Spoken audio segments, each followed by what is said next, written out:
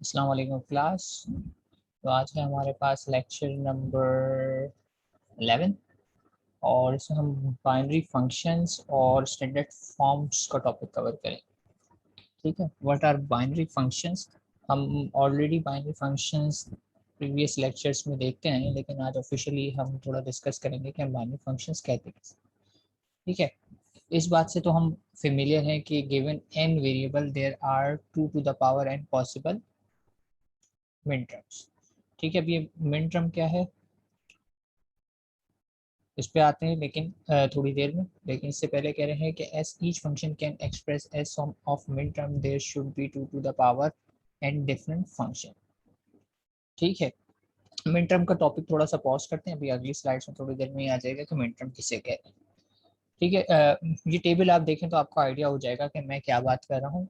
अगर मेरे पास two variables हैं एक्स और वाई, ठीक है, तो पॉसिबल मेरा आउटपुट हो सकता है F0 आ जाए, यानी हो सकता है कि सारे के सारे आउटपुट यानी एक्स की वैल्यू 0, वाई की वैल्यू 0 पे 0 आ जाए, x0 y1 पे भी 0 आ जाए, x1 y0 पर भी 0 आ जाए, x1 y1 पे भी 0 आ जाए। एक पॉसिबिलिटी ये हो सकती है कि मेरा सारे के सारे रिजल्ट की वैल्यू जो है 0 आ जाए, यानी ये हो सकता है मेरा रिजल्ट आ जाए।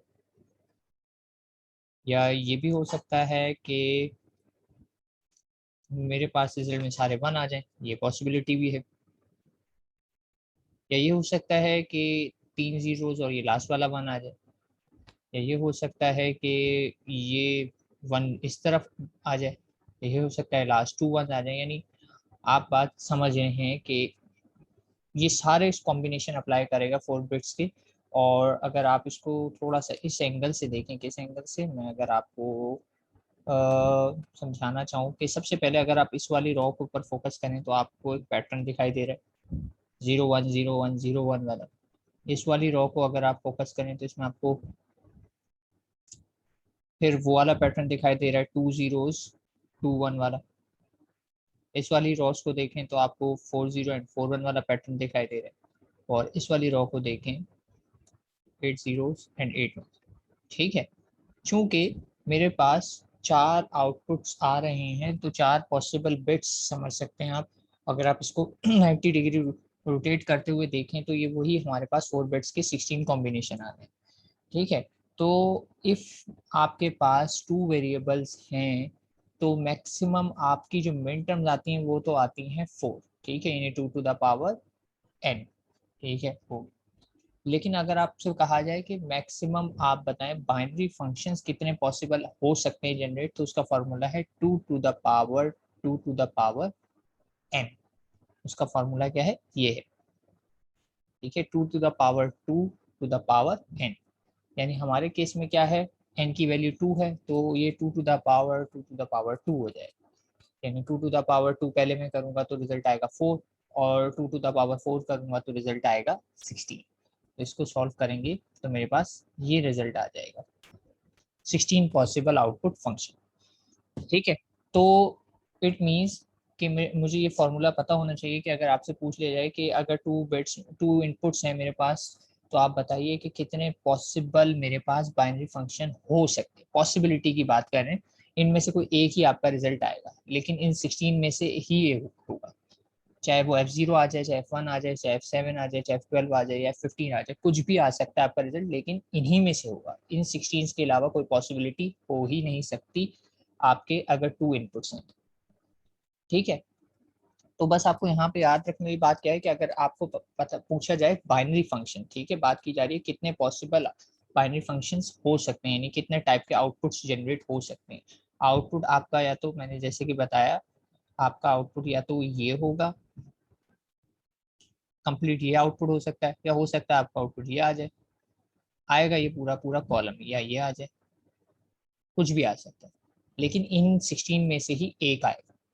ठीक है, तो और ये 16 क्या कहलाते हैं, बाइनरी फंक्शन। और ये कैसे कैलकुलेट किए जा सकते हैं, 2 टू द पावर n। और n means number of inputs आपके कितने। नंबर ऑफ इनपुट्स यहाँ पे 2 थे तो मैंने 2 पुट किया, जिसकी वजह से मेरे पास 16 आंसर बन गया। ठीक है, तो ये है हमारे पास बाइनरी फंक्शंस का फॉर्मूला। और अगर इन फंक्शंस को मैं थोड़ा सा मतलब कोई वर्ड्स में एक्सप्लेन करना चाहूँ तो कुछ फंक्शन ऐसे हैं जिनको मैं कुछ नाम दे सकता हूँ। जैसे कि जहाँ पे F0 है, इसका मतलब मैं कह दूंगा कि कांस्टेंट है, आउटपुट हमेशा 0 ही रहेगा या नल आएगा। ठीक है, इसमें कुछ भी मसला नहीं है, इनपुट में कुछ भी अप्लाई करूँ आउटपुट विल बी नल। ये एक स्पेशल केस है जिसको हम देख सकते हैं, यानी इसमें क्या कहा जा रहा है कि आउटपुट हमेशा मेरा क्या रहने वाला है, F0 यानी नल ही रहने वाला है, कुछ भी कर लूँ आउटपुट मेरा कॉन्स्टेंटली 0 रहेगा। इसी तरह ये वाला केस है F15 वाला, ये कांस्टेंट 1 है, आइडेंटिटी कह रहा हूँ इसको यानी कि कुछ भी कर लूँ, इनपुट पे कुछ भी अप्लाई कर दूँ, आउटपुट हमेशा मेरा 1 ही आने वाला है। F1 की बात करें तो F1 में सिर्फ और सिर्फ मेरे पास x और y आता है। x और y का मतलब है लास्ट वाली टर्म पे 1 आ रहा होता है, बाकी शुरू की तीनों टर्म 0 होती हैं, 0 0 0 1। तो ये पैटर्न किसका है, एंड गेट का पैटर्न है, तो मैं इसको कह सकता हूँ ये एंड गेट का फंक्शन बन रहा है। इसी तरह कहीं ना कहीं आपको और गेट भी दिखाई देगा, जैसे यहाँ पे ये रहा और गेट, F7 वाला जो लॉजिक है वो और गेट की है, और ये F6 वाली जोर गेट की लॉजिक है।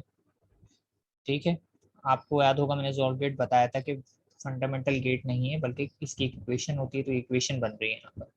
एक्स नॉर है, नॉर भी है, ये देखें कहीं ना कहीं नॉर बन रहा है, कहीं पे नेट भी बन रहा है।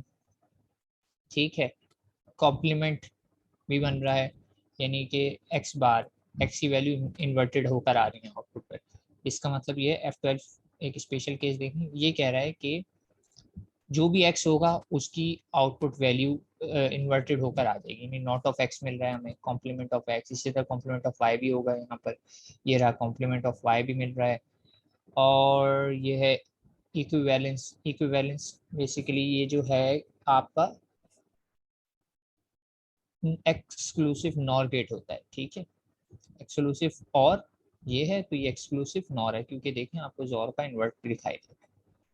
ठीक है, इसी तरह ट्रांसफर है, ट्रांसफर का मतलब सिंपल एक्स आगे चला जाएगा, और सो ऑन, बहुत सारे इसमें पॉसिबिलिटीज। ठीक है, तो ये सिर्फ हम उसको फोकस करके एग्जामिन करना चाह रहे हैं कि F0 का मतलब क्या है। हो सकता है कि मैं मेरा जो सर्किट डायग्राम है, मैं इनपुट अप्लाई कर रहा हूँ, आउटपुट जनरेट हो रहा है, बीच में कोई सर्किट है, तो हो सकता है वो सर्किट एक सिंपल क्या कहना चाहिए कि वायर हो, जो इनपुट पर आ रहा है वो आउटपुट पे चला है। हो सकता है वो सर्किट एक एंड गेट हो, तो वो एंड होकर रिजल्ट चलेगा, वो और सर्किट और गेट हो तो और होकर चलाएगा। हो सकता है वो कॉम्प्लिकेटेड लॉजिक हो, तो वो लॉजिक इंप्लीमेंट होकर रिजल्ट चला जाए। तो ये जस्ट थोड़ा सा एम्फेसाइज करने के लिए कि जो फंक्शंस बनते हैं डेफिनेटली कोई ना कोई फंडामेंटल बिहेवियर शो कर रहे होते हैं, जैसे कि यहाँ पे आपने देखा कि नल है, आइडेंटिटी है और है ट्रांसफर, ट्रांसफर का मतलब सिंपली वही आगे चला जाएगा। इनहिबिशन का मतलब है ये कह रहा है कि x बट नॉट y। ठीक है, इस केस में ये क्लियरली देखें, आपको देखने से भी पता लग रहा है x तो जाएगा लेकिन y का बार है, तो x बट नॉट y। ठीक है, इसी तरह y बट नॉट x भी मौजूद है, x और y बट नॉट बोथ, ये जोर गेट की निशानी होती है। ठीक है, तो इस तरीके से ये सारी वैल्यूज आगे जा रही हैं। इम्प्लीकेशन में कह रहे हैं कि इम्प्लीकेशन क्या होती है कि if y then x, if y then x, और इसी तरह इम्प्लीकेशन ऑफ ये वाला भी है इफ x देन y। ठीक है, तो इस तरह के कुछ इससे मीनिंगफुल रिजल्ट जनरेट किए गए हैं कि ये इसका मतलब ये बनता है। ठीक है, तो बाइनरी फंक्शन में मजीद कुछ नहीं है, बस ये बताना था कि पॉसिबिलिटीज क्या हो सकती हैं, अगर आप इनपुट देते हैं तो कितने टाइप के पॉसिबल आउटपुट आ सकते हैं और उनसे क्या इन्फर किया जा सकता है। तो बाइनरी फंक्शंस में किसी को कोई confusion, just it is a सब टॉपिक। ठीक है, सिर्फ आपको एक नो हाउ देने के लिए।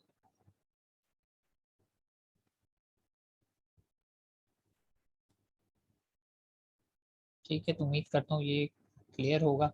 असल टॉपिक की तरफ आते हैं, और असल टॉपिक है हमारा स्टैंडर्ड फॉर्म्स। ठीक है, टू स्टैंडर्ड फॉर्म्स होती हैं हमारे पास, sum of products and product of sum. ठीक है, सम और प्रोडक्ट पे जाने से पहले हम ये देख लेते हैं कि प्रोडक्ट टर्म हम किसे कहते हैं। अ सिंगल लिटरल और अ लिटरल प्रोडक्ट, यानी end of several literal. Literal किसे कह रहा हूँ, लिटरल का मतलब है ये जो मेरे इनपुट वेरिएबल्स होते हैं ना, X Y Z A B C, इनको मैं लिटरल कह रहा हूँ।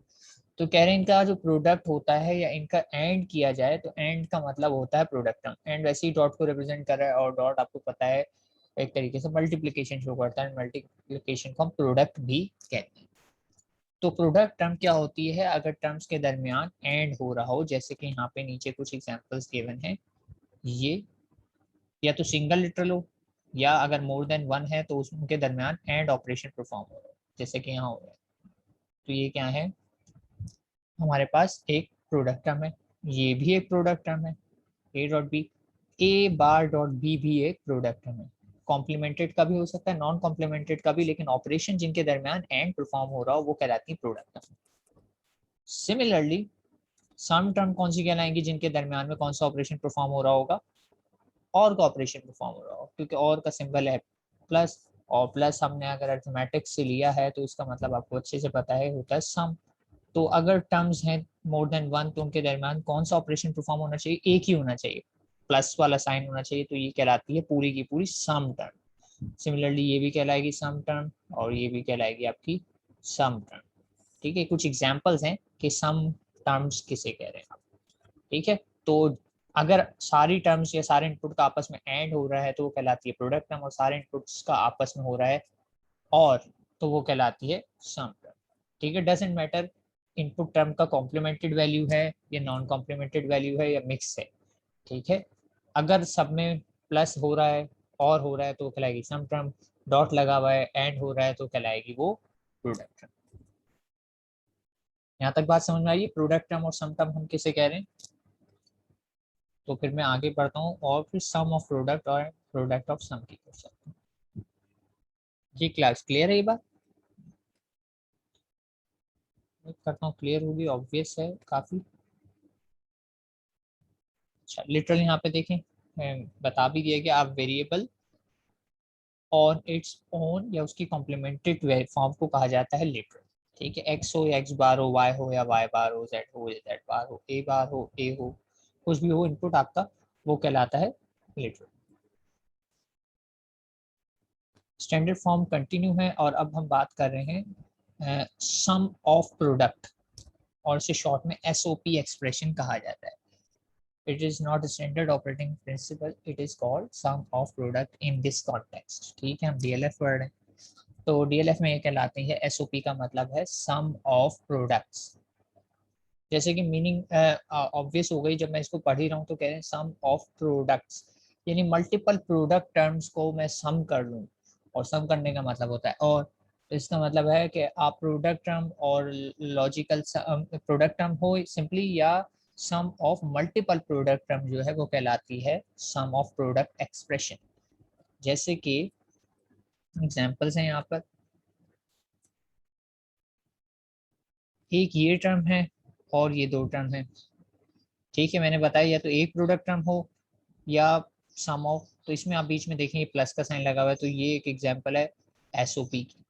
इनको देखें तो ये दो एक प्रोडक्ट टर्म है, ये तीन मिलके एक प्रोडक्ट टर्म बना रहे हैं, और इन दोनों के दरम्यान ये सम हो रहा है, तो ये भी हो गई एक सम ऑफ टू प्रोडक्ट टर्म्स। इसको देखें तो इसमें एक ये टर्म है, दो ये टर्म है, दो ये टर्म है, और फिर ये एक टर्म है, और इन सब के दरम्यान में अगर आप ऑपरेशन देखें हो रहा है प्लस, और सारी टर्म प्रोडक्ट टर्म थी, सब में एंड हुआ हुआ था, सिंगल लिटरल है ए, तो इनके दरम्यान जब मैं प्लस करूंगा तो ये भी बन जाएगी सम ऑफ प्रोडक्ट एक्सप्रेशन या एसओपी एक्सप्रेशन। ठीक है, तो आपको ये आइडेंटिफाई करना आना चाहिए, या सिंपल वर्ड में कहूँ, एसओपी एक्सप्रेशन वही होंगी जैसे अभी तक हम कन्वेंशनल वे में एक्सप्रेशंस को लिखते आए हैं या अंडरस्टैंड करते हैं, ऐसे ही हम लिखते हैं ना कि प्रोडक्ट टर्म्स होती हैं और बीच में सम हो रहा होता है, तो ये एसओपी यानी यूं समझ लीजिए जो हमारी कन्वेंशनल मैथमेटिक्स वाली अलजेब्रा है बिल्कुल वैसी ही। लेकिन जो हमारे पास सेकंड है प्रोडक्ट ऑफ सम, जाहिर सी बात है अब प्रोडक्ट ऑफ सम टर्म भी होगी जिसे पीओएस एक्सप्रेशन कहते हैं, और इसमें क्या होता है, product of multiple sum terms आ जाता है। इसको थोड़ा सा आप फोकस कीजिएगा, इसको अंडरस्टैंड करना आपको डिफरेंट लगेगा। ये देखिए यहाँ पे एक एक्स है अलग, और ये ब्रैकेट क्लियरली मुझे बता रहे हैं कि पहले ये ऑपरेशन परफॉर्म होगा। ठीक है, और इनके दरमियान में अगर आप देखें छोटा सा लगा हुआ है एंड ऑपरेटर। सिमिलरली ये ब्रैकेट्स मुझे बता रहे हैं कि पहले ये ऑपरेशन परफॉर्म होगा, फिर ये ऑपरेशन परफॉर्म होगा, और ये दोनों ऑपरेशन देख लें तो क्या है, दो अलग अलग सम टर्म है, एक्स प्लस वाई बार है एक सम टर्म आ गई, x bar plus Y plus Z एक और सम टर्म आ गई, और दोनों के दरमियान क्या हो रहा है, ये प्रोडक्ट, तो बन गया ना प्रोडक्ट ऑफ टू सम्स। और इधर भी देखें ब्रैकेट से मैं क्लियरली बता रहा हूँ कि पहले ये आएगी, ये भी अलग से सॉल्व होगी, और ये डी एक अलग टर्म है, सिंगल लिटरल भी रख लिया हमने यहाँ पे जैसे ऊपर ए रखा था, और इन सब के दरम्यान में कौन सा ऑपरेशन परफॉर्म हो रहा है, ये डॉट। तो ये क्या बता रहा है कि ये भी एक प्रोडक्ट ऑफ टर्म एक्सप्रेशन है। तो आपको आइडेंटिफाई करना आना चाहिए कि एस ओ पी एक्सप्रेशन है या पी ओ एस एक्सप्रेशन। और इसको आइडेंटिफाई करने का तरीका बड़ा आसान है। अगर आपको वो आप कन्वेंशनल मैथमेटिक्स या अलजेब्रा लग रही है तो मोस्ट प्रोबेबली वो एस ओ पी ही होगी। लेकिन जो प्रोडक्ट ऑफ टर्म होती है उसकी पहचान ये है कि उसमें आपको बहुत सारे ब्रैकेट्स दिखाई देंगे, यानी हर टर्म जो है ना आपने ब्रैकेट की होगी। हर सम टर्म यूजुअली ब्रैकेट ही की जाती है इम्फेसाइज करने के लिए कि ये ऑपरेशन पहले परफॉर्म हो रहा है, क्योंकि अगर ये मैं डी और बी के दरम्यान से ब्रैकेट हटा दूं तो बाय प्रेसिडेंस रूल मैं तो डी डॉट बी पहले परफॉर्म कर लूंगा। ठीक है, यही है ना, प्रेसिडेंस रूल कहता है एंड गेट पहले परफॉर्म होगा। तो जब भी आप प्रोडक्ट ऑफ टर्म एक्सप्रेशंस देखेंगे तो आप उसमें देखेंगे कि हर टर्म जो है ना ब्रैकेट हुई हुई होती है, उनको आप क्लियरली ब्रैकेट्स के अंदर देखेंगे। तो इसको आइडेंटिफाई करना बहुत आसान है, लेकिन आपको पता होना चाहिए ये टर्म्स हैं क्या। यहाँ तक क्लियर है बात? एसओपी किसे कह रहे हैं और पीओएस किसे कह रहे हैं क्लास?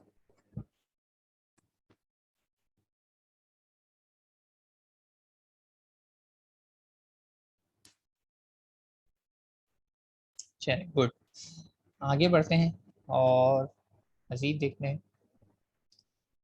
ठीक है, ऑफिशियली अब हम आ रहे हैं मिन टर्म्स पर, किसे कहा जाता है, और मैक्स टर्म्स किसे कहा जाता है। Consider two binary variable X and Y.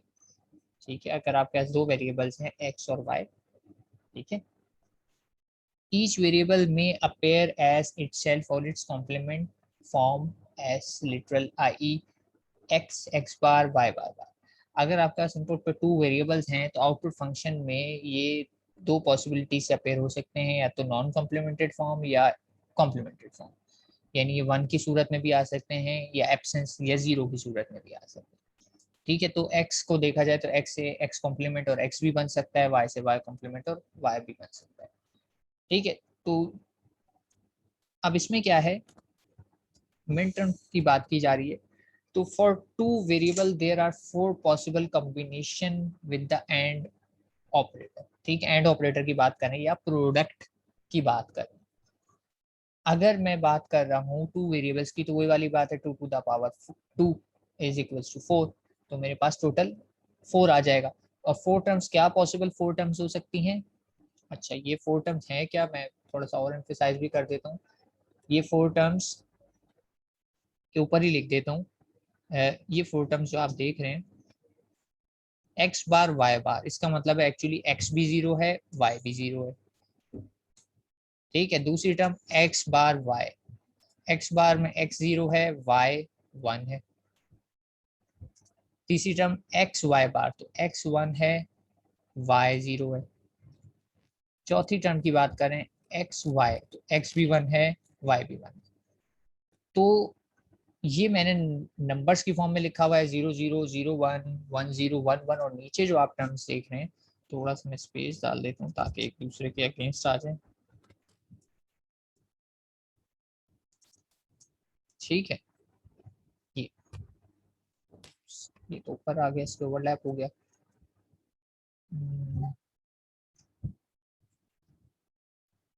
चलें खैर, मैं दोबारा लिख लेता हूँ।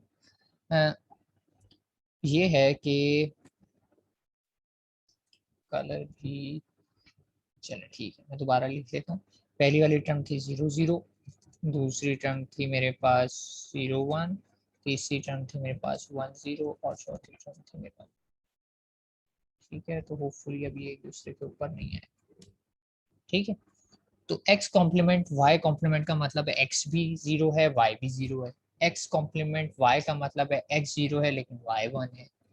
x y कॉम्प्लीमेंट का मतलब है x वन है y जीरो है। और बोथ x और y का मतलब है x भी वन है और y। ठीक है, अभी तक हम जिस फॉर्म में लिखते हैं वो 00 01 10 11 लिखते हैं, लेकिन अब हम जो है इसको कॉम्प्लीमेंटेड और या नॉन कॉम्प्लीमेंटेड फॉर्म में लिख रहे हैं, और इसे हम कह रहे हैं ये है min terms. These product terms are called min terms. तो समझ में आ गई बात, मिन टर्म्स किसे कह रहे हैं? सारे कॉम्बिनेशन को जब मैं एक्स वाई की फॉर्म में लिखता हूँ, 01 की फॉर्म में नहीं लिखता, तो वो कहलाते हैं min terms. Product terms are called min terms. These product terms are called min terms. A minterm of n variable is the product of n literal from the different variable। ठीक है, ये ध्यान रखना है कि अगर n वेरिएबल हैं तो प्रोडक्ट टर्म में n ही होने चाहिए।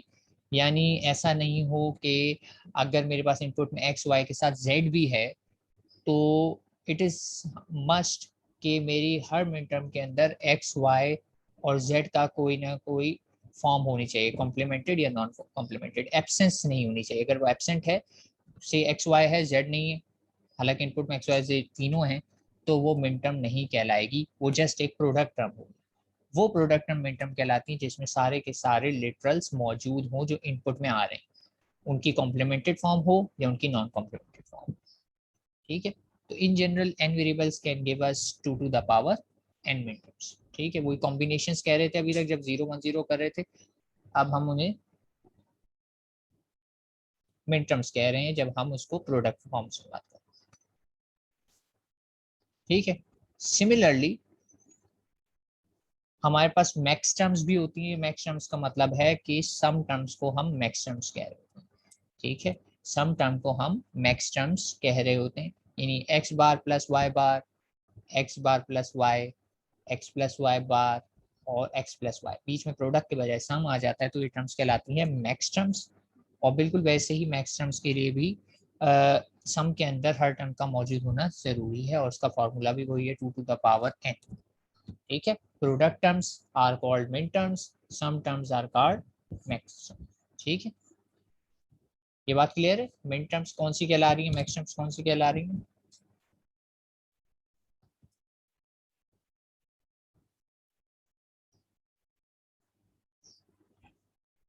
जी क्लास, क्लियर है?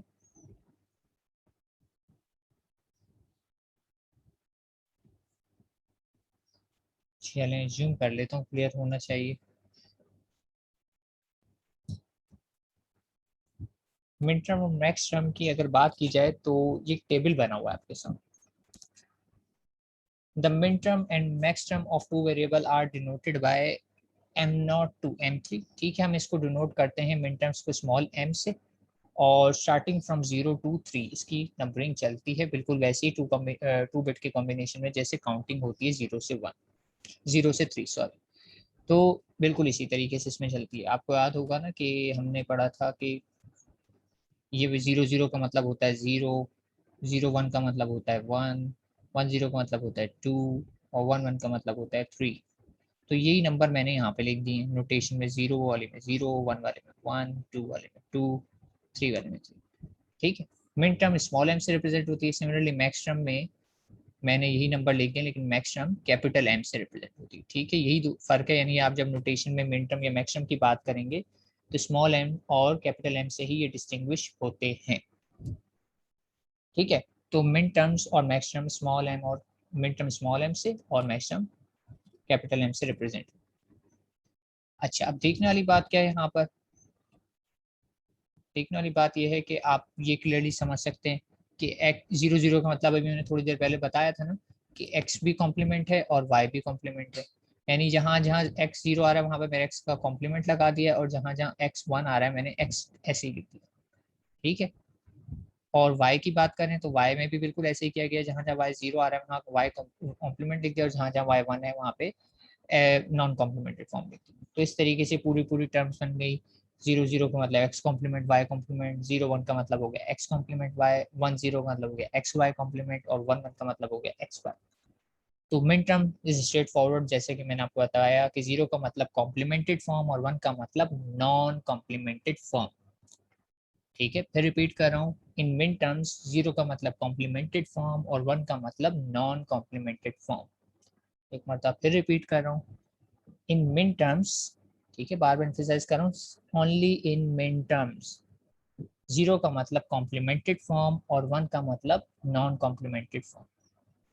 जबकि मैक्स टर्म में ऐसा नहीं है, इसका अपोजिट है। जबकि मैक्स टर्म में अगर आप फोकस करें, ध्यान दें इस तरफ, तो मैक्स टर्म में अगर आप ध्यान दें तो इसका अपोजिट हुआ हुआ है।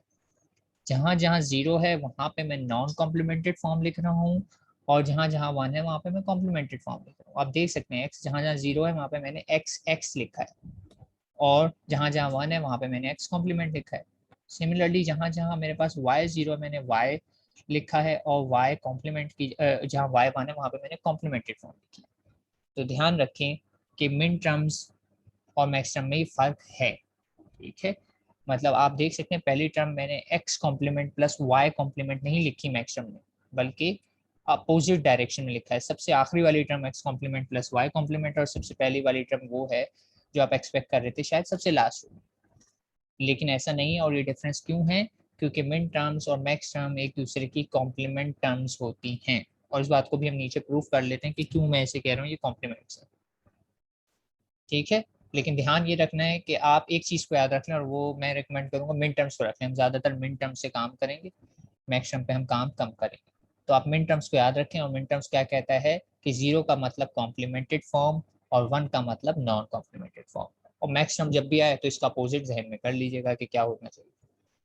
तो अभी हम प्रूफ कर लेते हैं एक एग्जाम्पल से कि मिन टर्म और मैक्स टर्म एक दूसरे के कॉम्प्लीमेंटेड हैं। एक एग्जाम्पल मैं यहाँ पे खुद करा देता हूँ, और एक एग्जाम्पल ऑलरेडी हुई भी है। तो एक एग्जाम्पल ले लेते हैं, से मैं सबसे पहली वाली टर्म ही ले लेता हूँ, X complement dot Y complement, ठीक है। ये है equivalent to m0 equals to, ठीक है। अगर मैं इस टर्म का कर लेता हूँ कॉम्प्लीमेंट, यानी मैं अगर निकालता हूँ m0 का से कॉम्प्लीमेंट करना चाह रहा हूँ, तो मैंने इस साइड पे भी x complement dot Y complement का होल कॉम्प्लीमेंट, यानी left hand side right hand side दोनों पे मैंने कॉम्प्लीमेंट दिया। तो m0 कॉम्प्लीमेंट इक्वल्स, और राइट हैंड साइड पे अगर देखा जाए होल कॉम्प्लीमेंट को सॉल्व करना है तो डिमॉर्गन में अप्लाई कर देता हूँ। तो डिमॉर्गन अप्लाई करूंगा तो क्या होगा, ये इंडिविजुअल हो जाएगा x का कॉम्प्लीमेंट, और इंडिविजुअल कॉम्प्लीमेंट इस पे आ जाएगा, और डॉट की जगह आ जाएगा प्लस, और y के साथ भी यही होगा, y कॉम्प्लीमेंट पहले से मौजूद है और इस पे इंडिविजुअल कॉम्प्लीमेंट आ जाएगा यूजिंग डिमॉर्गन। तो ये हो जाएगी सिचुएशन। तो फाइनली m0 को जब मैं सिंप्लीफाई करूंगा तो कॉम्प्लीमेंट कॉम्प्लीमेंट इनवल्यूशन के तहत कैंसिल आउट कर देंगे, तो ये रह जाएगा x प्लस वाई, और ये चीज क्या है, सॉरी, m का कॉम्प्लीमेंट।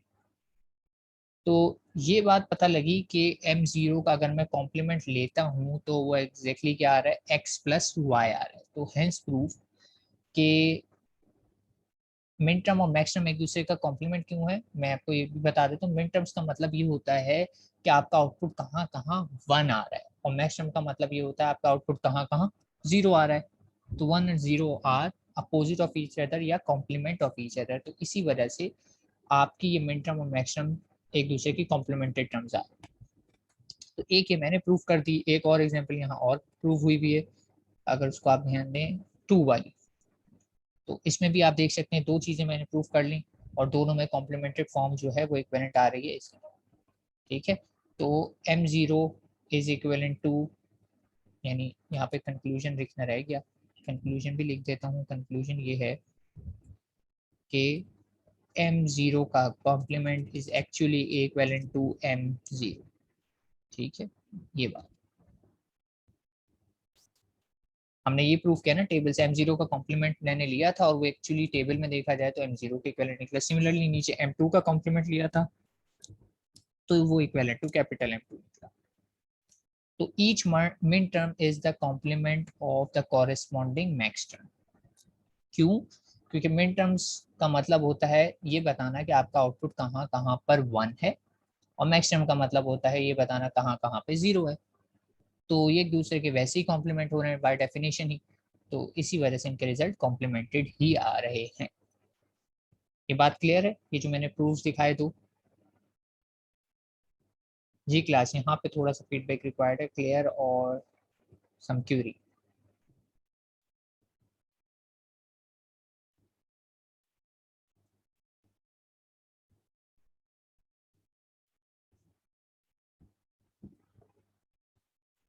ठीक है, तो फिर हम आगे बढ़ते हैं।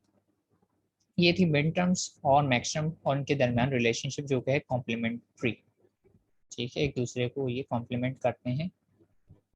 और यहाँ पे हमारा लेक्चर एंड हो जाता है। इस लेक्चर की थोड़ा सा समरी कर दे तो हमने क्या सीखा। हम इसमें हमने देखा कि प्रोडक्ट टर्म्स किसे कहा जा रहा है, सम टर्म किसे कहा जा रहा है, फिर सम ऑफ प्रोडक्ट टर्म्स किसे कह रहे हैं, प्रोडक्ट ऑफ सम टर्म्स किसे कह रहे हैं, और फिर अल्टरनेट नेम्स मिन टर्म्स एंड मैक्स टर्म्स जो कि स्टैंडर्ड फॉर्म्स कहलाते हैं, ये हमने सीखा। मिन टर्म्स एक्चुअली प्रोडक्ट टर्म्स को कहा जाता है, max term actually sum terms को कहा जाता है। और इसके अलावा एडिशनली हमने बाइनरी फंक्शंस का टॉपिक भी कवर किया। और इस पूरे टॉपिक में होपफुली कोई क्यूरी नहीं है, क्योंकि हम सबको एक एक करके देखते हैं। तो फिर मैं इस लेक्चर को कंक्लूड करता हूँ। टिल नेक्स्ट टाइम, अल्लाह हाफिज़।